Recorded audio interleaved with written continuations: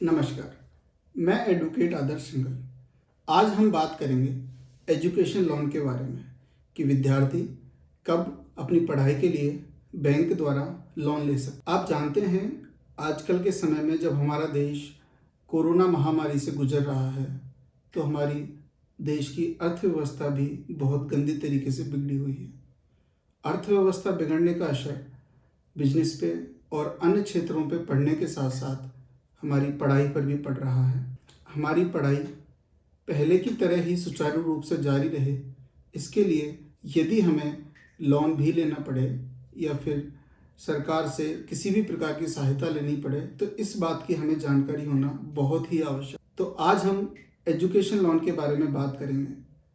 सबसे पहले हम बात करेंगे कि एजुकेशन लोन के लिए क्या क्या आवश्यक दस्तावेज आपके पास होने चाहिए। एजुकेशन लोन के लिए सबसे पहले तो आपका भारत का नागरिक होना चाहिए। उसके बाद आप एजुकेशन लोन लेना चाहते हैं तो आपकी उम्र 16 से 35 साल तक होनी चाहिए। हालांकि ऐसा आरबीआई की कोई गाइडलाइन नहीं है, लेकिन बैंक ऐसा मानते हैं। इसके बाद आपके पास जिस विश्वविद्यालय में, जिस यूनिवर्सिटी में या जिस भी इंस्टीट्यूट में आप एडमिशन लेना चाहते हैं और उसकी फ़ीस आप लोन के माध्यम से पे करना चाहते हैं तो उस इंस्टीट्यूट को सरकार से मान्यता प्राप्त होनी चाहिए। कोई भी बैंक आपको लोन तब ही देगा जब आपको उसकी रीपे करने की कैपेसिटी होगी। साधारणतः 4 लाख तक का लोन लेने के लिए आपको कोई भी गारंटर की आवश्यकता नहीं होती है, लेकिन 4 लाख से ज़्यादा का अगर आप लोन लेना चाहते हैं तो आपको गारंटर की आवश्यकता होती है। अब हम बात करते हैं कि कितने रुपए तक का लोन आपको भारत में पढ़ने के लिए और विदेशों में पढ़ने के लिए मिल सकता है। अगर हम बात करें भारत में पढ़ाई के लिए तो आपको 15 लाख तक का लोन मिल सकता है, जिसमें 4 लाख रुपए से ज़्यादा के लिए आपको गारंटर की आवश्यकता होती है। अगर हम विदेश में पढ़ाई की बात करें तो आपको 25 लाख तक का लोन मिल सकता है। अब हम बात करते हैं एजुकेशन लोन लेने की प्रक्रिया क्या होती है। एजुकेशन लोन लेने के लिए आपको जिस भी यूनिवर्सिटी में आप या जिस भी इंस्टीट्यूट में आप एडमिशन लेना चाहते हैं उस यूनिवर्सिटी और उस इंस्टीट्यूट का आपके पास एडमिशन स्लिप और उस यूनिवर्सिटी के दस्तावेज आपके पास होने चाहिए।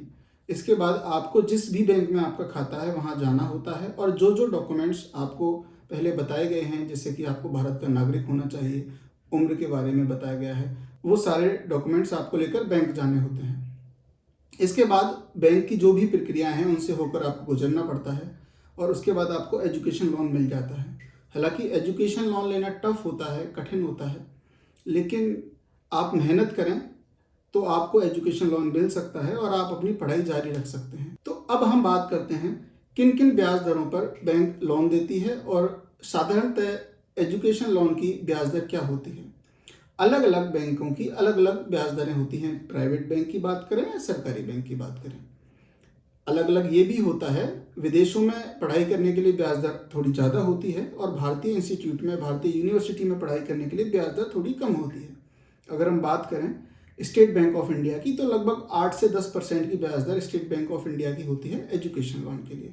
अगर हम बात करें एक्सिस बैंक की तो 13% के आसपास इसकी ब्याज दर होती है। अगर हम बात करें बैंक ऑफ बड़ौदा की तो 10% के आसपास इसकी ब्याज दर होती है। अलग अलग बैंकों की अलग अलग ब्याज दरें होती हैं जो समय के साथ परिवर्तित भी होती रहती हैं, लेकिन एजुकेशन लोन मिल जाता है। बस थोड़ा सा मेहनत करके आप एजुकेशन लोन ले सकते हैं। प्रक्रिया थोड़ी जटिल है लेकिन लोन मिलता है। तो आज हमने जाना कि किस तरीके से हम एजुकेशन लोन लेकर हम अपनी पढ़ाई को पूरा कर सकते हैं। धन्यवाद।